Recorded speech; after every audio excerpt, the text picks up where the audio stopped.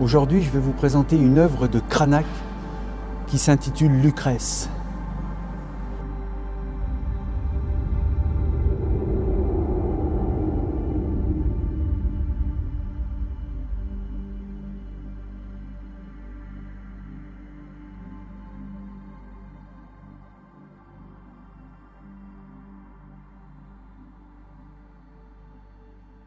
Bonjour, je suis Lo, peintre de marine. Je suis à Fredericton pour quelques jours. Je vais profiter de mon passage dans la capitale du Nouveau-Brunswick pour vous présenter une série de courtes productions audiovisuelles portant sur certains chefs-d'œuvre d'un des plus beaux musées des beaux-arts de l'Est du Canada, la Beaverbrook Art Gallery. Je vous invite à me suivre dans cette découverte artistique et culturelle. Tout d'abord, qui est Lord Beaverbrook ?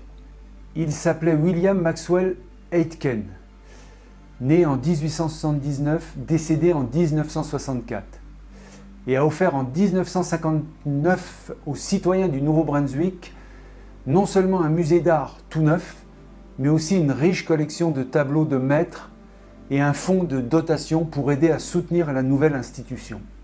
Lord Beaverbrook était un entrepreneur hors du commun, qui a adopté une approche proactive pour mettre sur pied une collection de calibre international en cherchant conseil auprès de nombreux experts étrangers.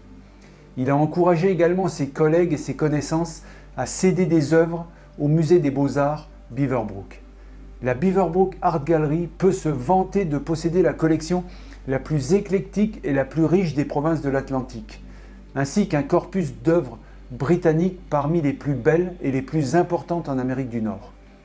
C'est un musée que j'ai visité en 2019 et que je revisite en 2022. Dès que j'ai vu cette œuvre en 2019, je l'ai tout de suite appréciée. Elle avait un côté envoûtant, un petit quelque chose de mystérieux. Elle renfermait une énigme à laquelle je me suis intéressé. Bon, alors là, je voulais vous parler de cette petite peinture-là qui s'appelle Lucrèce. Déjà, l'artiste peintre, Cranach.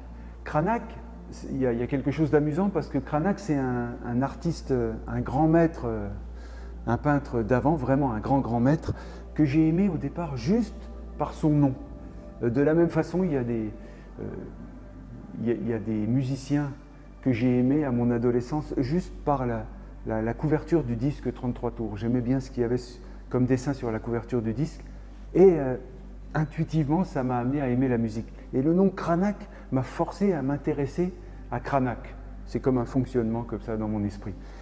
Et Cranach, donc, il a peint cette peinture qui est magnifique parce que tout de suite, elle dégage quelque chose, elle nous force à nous intéresser à cette personne.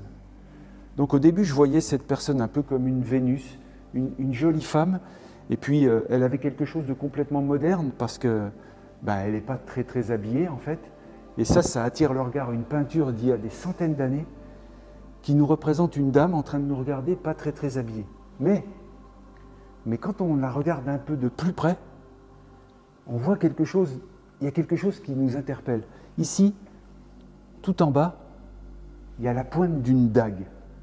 Tout d'un coup, le tableau prend une dimension énorme parce qu'on se dit, c'est quelqu'un qui carrément est en train de mourir parce qu'il y a un couteau qui est en train de se planter dans son abdomen, quoi, en dessous de son cœur.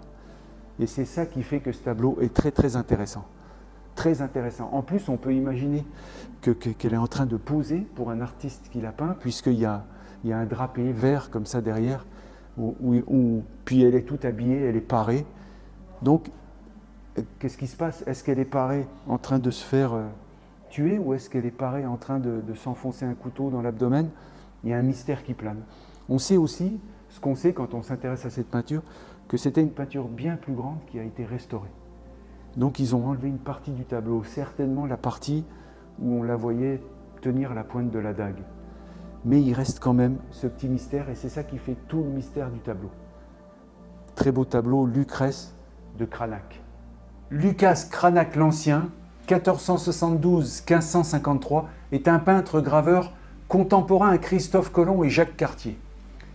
Il fut l'un des artistes les plus influents du XVIe siècle en Allemagne, l'un des plus importants de la Renaissance nordique et une figure marquante du renouveau de la peinture germanique.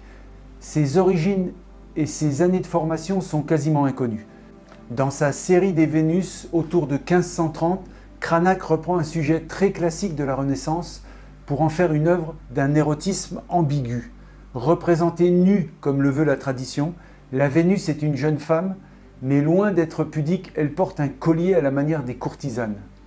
C'est dans cette série que se situe la Lucrèce de Cranach, qui se trouve à la Beaverbrook Art Gallery.